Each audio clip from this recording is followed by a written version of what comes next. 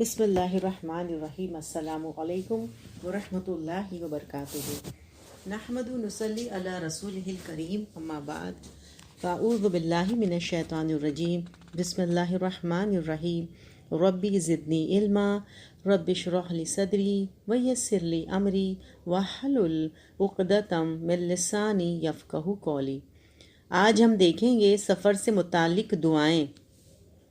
گھر سے نکلتے وقت یہ دعا پڑھنے سے ہر انسان شیطان سے محفوظ ہو جاتا ہے۔ حضرت انس کہتے ہیں کہ رسول اللہ صلی اللہ علیہ وسلم نے فرمایا، جب آدمی اپنے گھر سے نکلے اور یہ دعا پڑھے، اللہ کے نام سے نکلتا ہوں، اللہ پر بھروسہ کرتا ہوں، نقصان سے بچنے کی طاقت اور فائدے کے حصول کی قوت اللہ کی توفیق کے بغیر کسی میں نہیں ہے، اسی وقت اس کے حق میں یہ بات کہی جاتی ہے، سارے کاموں میں تیری رہنمائی کی گئی، تو کفایت کیا گیا اور ہر طرح کی برائی اور خسارے سے بچا لیا گیا۔ پس شیطان اس سے الگ ہو جاتا ہے اور دوسرا شیطان اس سے کہتا ہے، تم اس شخص پر کیسے مسلط ہو سکتے ہو جس کی رہنمائی کی گئی، کفایت کیا گیا اور محفوظ کیا گیا۔ اسے ابو داؤد نے روایت کیا ہے۔ پھر ہے حضرت ام سلمہ کہتی ہیں کہ رسول اللہ صلی اللہ علیہ وسلم جب بھی میرے گھر سے نکلتے تو آسمان کی طرف نگاہ اٹھا کر فرماتے، یا اللہ، میں تیری پناہ مانگتا ہوں اس بات سے کہ میں گمراہی اختیار کروں یا کوئی مجھے گمراہ کر دے، میں کسی کو پھسلاؤں یا کوئی مجھے پھسلائے، میں کسی پہ ظلم کروں یا کوئی مجھ پہ ظلم کرے، میں کسی کے ساتھ نادانی سے پیش آؤں یا کوئی میرے ساتھ نادانی سے پیش آئے۔ اسے ابو داؤد نے روایت کیا ہے۔ گھر میں داخل ہونے کی دعا۔ حضرت ابو مالک اشعری کہتے ہیں کہ نبی اکرم صلی اللہ علیہ وسلم نے ارشاد فرمایا، جب آدمی اپنے گھر میں داخل ہو تو اسے کہنا چاہیے، اے اللہ، میں آپ سے سوال کرتا ہوں گھر میں داخل ہونے اور نکلنے کی بھلائی کا۔ اللہ تعالیٰ کا نام لے کر ہم داخل ہوتے ہیں اور اپنے رب ہی پر ہم بھروسہ کرتے ہیں، پھر اپنے گھر والوں پر سلام یعنی السلام علیکم کہے۔ اسے ابو داؤد نے روایت کیا ہے۔ پھر کسی کو رخصت کرتے وقت یہ کلمات ادا کرنے چاہیے۔ حضرت عبداللہ بن عمر کہتے ہیں کہ نبی اکرم صلی اللہ علیہ وسلم جب کسی آدمی کو رخصت کرتے تو اس کا ہاتھ پکڑ لیتے اور اس وقت تک ہاتھ نہ چھوڑتے جب تک دوسرا خود نبی اکرم صلی اللہ علیہ وسلم کا ہاتھ نہ چھوڑتا۔ پھر آپ اسے یہ دعا دیتے، میں تیرا دین، امانت اور آخری عمل اللہ کی حفاظت میں دیتا ہوں۔ اسے ترمذی، ابو داؤد، ابن ماجہ نے روایت کیا ہے۔ پھر اس سواری پر بیٹھتے وقت اور بیٹھنے کے بعد یہ دعا پڑھے۔ حضرت علی کی روایت ہے کہ ان کے پاس سواری کا جانور سوار ہونے کے لیے لایا گیا۔ جب حضرت علی نے اپنا پاؤں رکاب میں رکھا تو کہا، اللہ کے نام سے۔ جب جانور کی پیٹھ پر بیٹھ گئے تو کہا، سب تعریف اللہ کے لیے ہے۔ پھر یہ دعا پڑھی، پاک ہے اللہ کی ذات جس نے ہمارے لیے اس جانور کو مسخر کیا، حالانکہ ہم اسے مسخر کرنے کی طاقت نہیں رکھتے تھے اور ہمیں پلٹنا اپنے رب ہی کی طرف ہے۔ پھر 3 مرتبہ الحمدللہ اور 3 مرتبہ اللہ اکبر کہا۔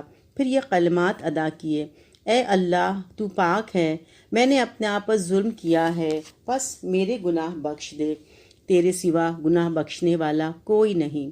پھر حضرت علی ہنس دیے۔ پوچھا گیا، اے امیر المومنین، آپ کس وجہ سے ہنسے ہیں؟ حضرت علی نے فرمایا، میں نے نبی اکرم صلی اللہ علیہ وسلم کو ایسے ہی کرتے دیکھا جیسے میں نے کیا ہے۔ اسے احمد، ترمذی اور ابو داؤد نے روایت کیا ہے۔ سواری پر سوار ہونے کے بعد آغاز سفر میں اور سفر سے واپسی پر یہ دعا مانگنا مسنون ہے۔ حضرت عبداللہ بن عمر سے روایت ہے کہ رسول اللہ صلی اللہ علیہ وسلم جب اپنے اونٹ پر سوار ہو جاتے سفر پر نکلنے کی حالت میں تو 3 مرتبہ اللہ اکبر کہہ کر یہ دعا پڑھتے، پاک ہے وہ ذات جس نے ہمارے لیے اس سواری کو مسخر کیا، ہم اسے مسخر کرنے کی طاقت نہیں رکھتے تھے اور ہمیں اپنے رب ہی کی طرف پلٹنا ہے۔ اے اللہ، اس سفر میں ہم تجھ سے نیکی، تقوی اور ایسے عمل کا سوال کرتے ہیں جس سے تو راضی ہو۔ یا اللہ، ہمارے لیے ہمارا سفر آسان فرما دے اور اس کی لمبائی کم کر دے۔ یا اللہ سفر میں تو ہی ہمارا محافظ ہے اور اہل و عیال کی خبر گیری کرنے والا ہے۔ یا اللہ میں سفر کی مشقت، دوران سفر حادثے کی وجہ سے برے منظر اور اہل و عیال میں بری حالت کے ساتھ واپس آنے سے تیری پناہ مانگتا ہوں۔ جب رسول اللہ صلی اللہ علیہ وسلم سفر سے واپس تشریف لاتے تب بھی یہی دعا پڑھتے اور ساتھ ان الفاظ کا اضافہ کرتے: ہم واپس آنے والے، توبہ کرنے والے، عبادت کرنے والے اور اپنے رب کی تعریف کرنے والے ہیں۔ اسے مسلم نے روایت کیا ہے۔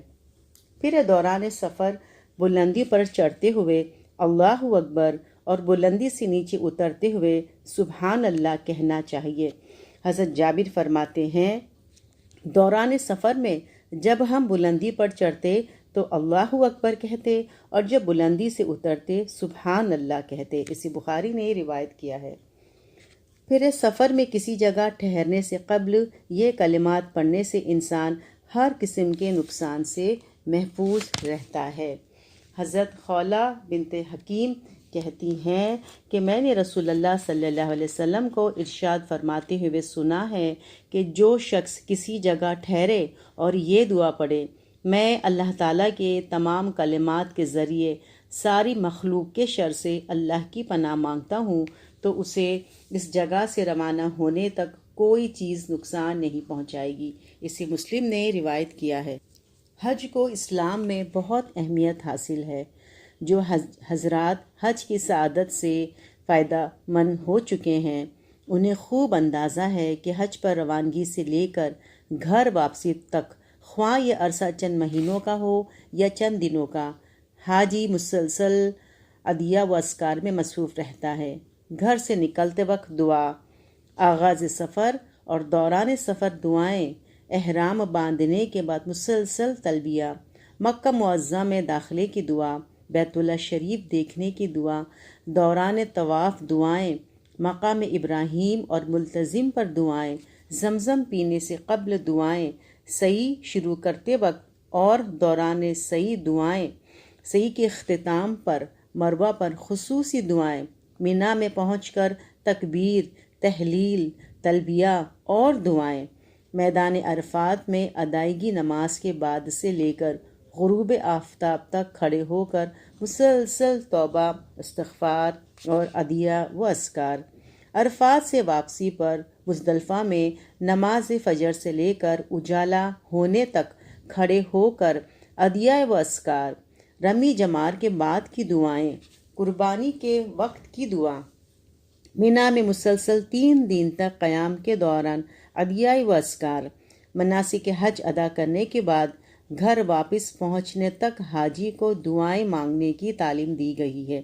حقیقت یہ ہے کہ رسول اللہ صلی اللہ علیہ وسلم کے ارشاد مبارک کے عین مطابق دعا ہی تمام عبادتوں کی روح اور مغز ہے۔